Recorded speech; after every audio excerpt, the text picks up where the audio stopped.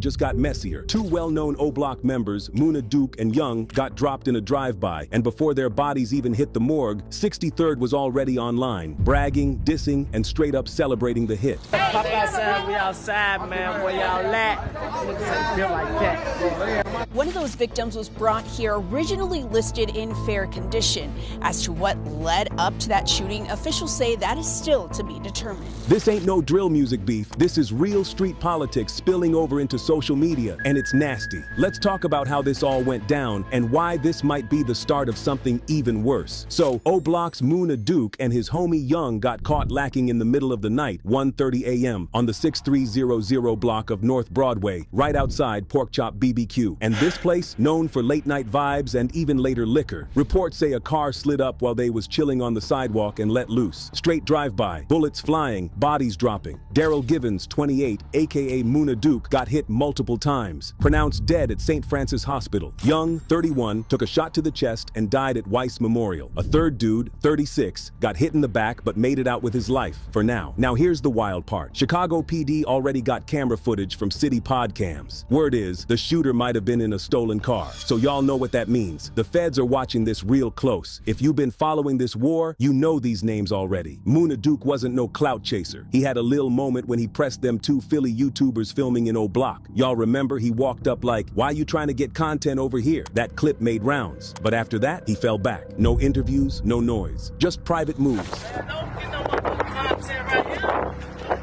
What y'all talking about?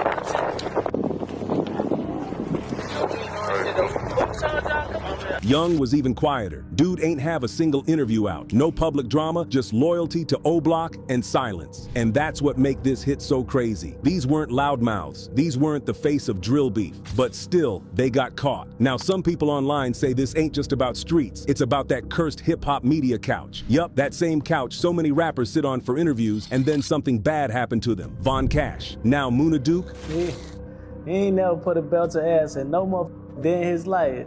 I don't really take people like that serious, man. You gotta know him, man. You know what I'm saying? Motherfuckers like me that been around, I know every motherfucker.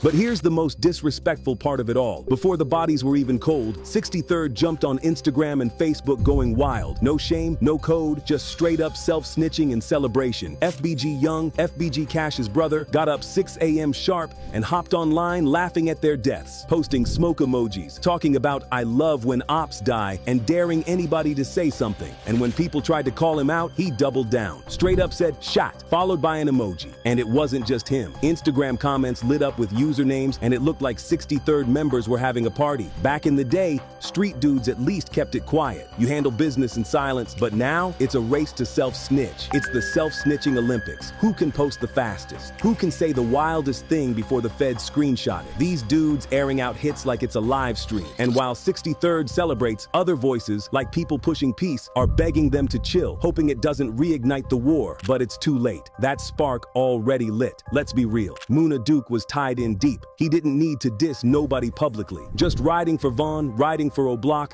and that alone made him a target. And remember that time he took a call from Muwop on camera? The same Muwop locked up for allegedly unaliving FBG Duck? That clip's been out there. Muna was on interviews staying loyal to him. I would say this is my boy Wop on the phone. He gonna be back soon, man, you know? Do you want to say something or nah? I said, do you want to say something? Now, this is deeper than diss tracks and YouTube blogs. It's a war, and the scoreboard doesn't lie. If you want to stay tapped in as this unfolds, you already know what to do. Like and subscribe so we can keep breaking this all the way down. The Kim Porter case is reportedly being looked at again after her ex, Al B. Sure, spoke out and said he thinks Diddy had something to do with her death and even tried to unalive him too. I posted some information that was, basically trying to save my life. And thank goodness to my ex, the wonderful Kim Porter, the late Kim Porter, who, kind of warned me all along the way to, just kind of watch your back, so on and so forth. And I didn't understand why. Because of Diddy. Basically. In a new interview with Fox 5 New York, Al B. Sure talked about his new memoir, Do You Believe Me Now, and made bold claims that connect Diddy to both his past health issues and Kim Porter's sudden death in 2018, which he never believed was natural. Do you believe that she died of pneumonia? Absolutely not. Why? What evidence do you have? She was in the best of health. We just saw each other prior to her passing. We were actually celebrating our son's new Netflix Christmas special, and she was doing just fine. In fact, we were all at the event together at Netflix in the lobby. Sean, myself, the children, you know, all having a great time. And I'm, you know, grabbing Sean like, what? And she's in the back going, stop, you know. Is Diddy suing you or threatening to sue you? No. No? I have the truth.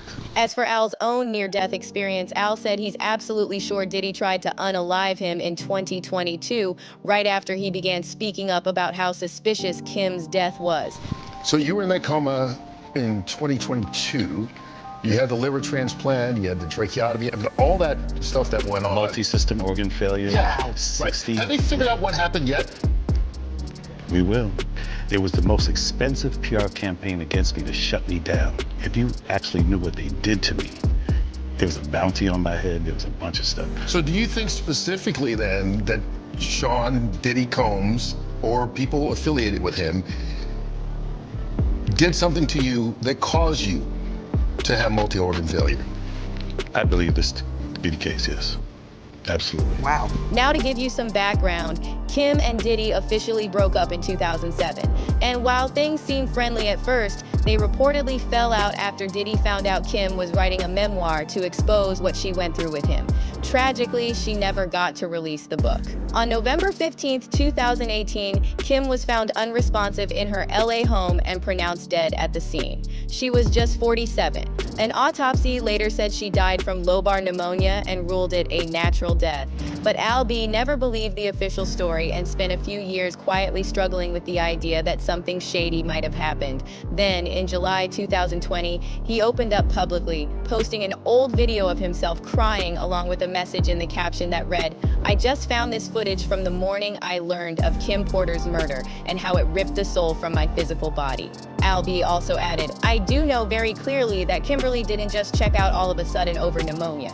That's some BS." And then Al put the hashtag, "Don't let the love songs fool you," seemingly alluding to Diddy's tributes to Kim. And while he later deleted this post, fast forward to November 2021, and Al decided to speak out again, this time posting a throwback photo with Kim and their son Quincy, with the caption, "She sent me this saying, life imitating art, art imitating life. Now it all makes sense. She told me other stuff too. She was running. I said, call the FBI." Al B also added in the comments, "You would never believe what she went through." But here's where it gets really sinister. Just a few months after he shared that post, Al B was rushed to the hospital for a mystery medical emergency. Doctors were completely confused since so many things went wrong at once, and Al ended up in a coma for 2 months, undergoing an organ transplant, multiple blood transfusions, intubation, and being put on a ventilator. And get this, he later revealed he had fungal pneumonia, which got people talking, especially since Kim Porter's death was also blamed on pneumonia. Naturally, this set off major red flags, and many fans started speculating that Diddy was involved. And now that Al B has come out and said he absolutely thinks Diddy played a role in both Kim's passing and his own medical emergency, people are calling on the authorities to investigate both cases. One fan commented, "I believe Al B sure. His story has not changed ever. Justice for Kim Porter." And someone else wrote, "Diddy tried to unalive him. Protect Al B. Sure he's not lying?"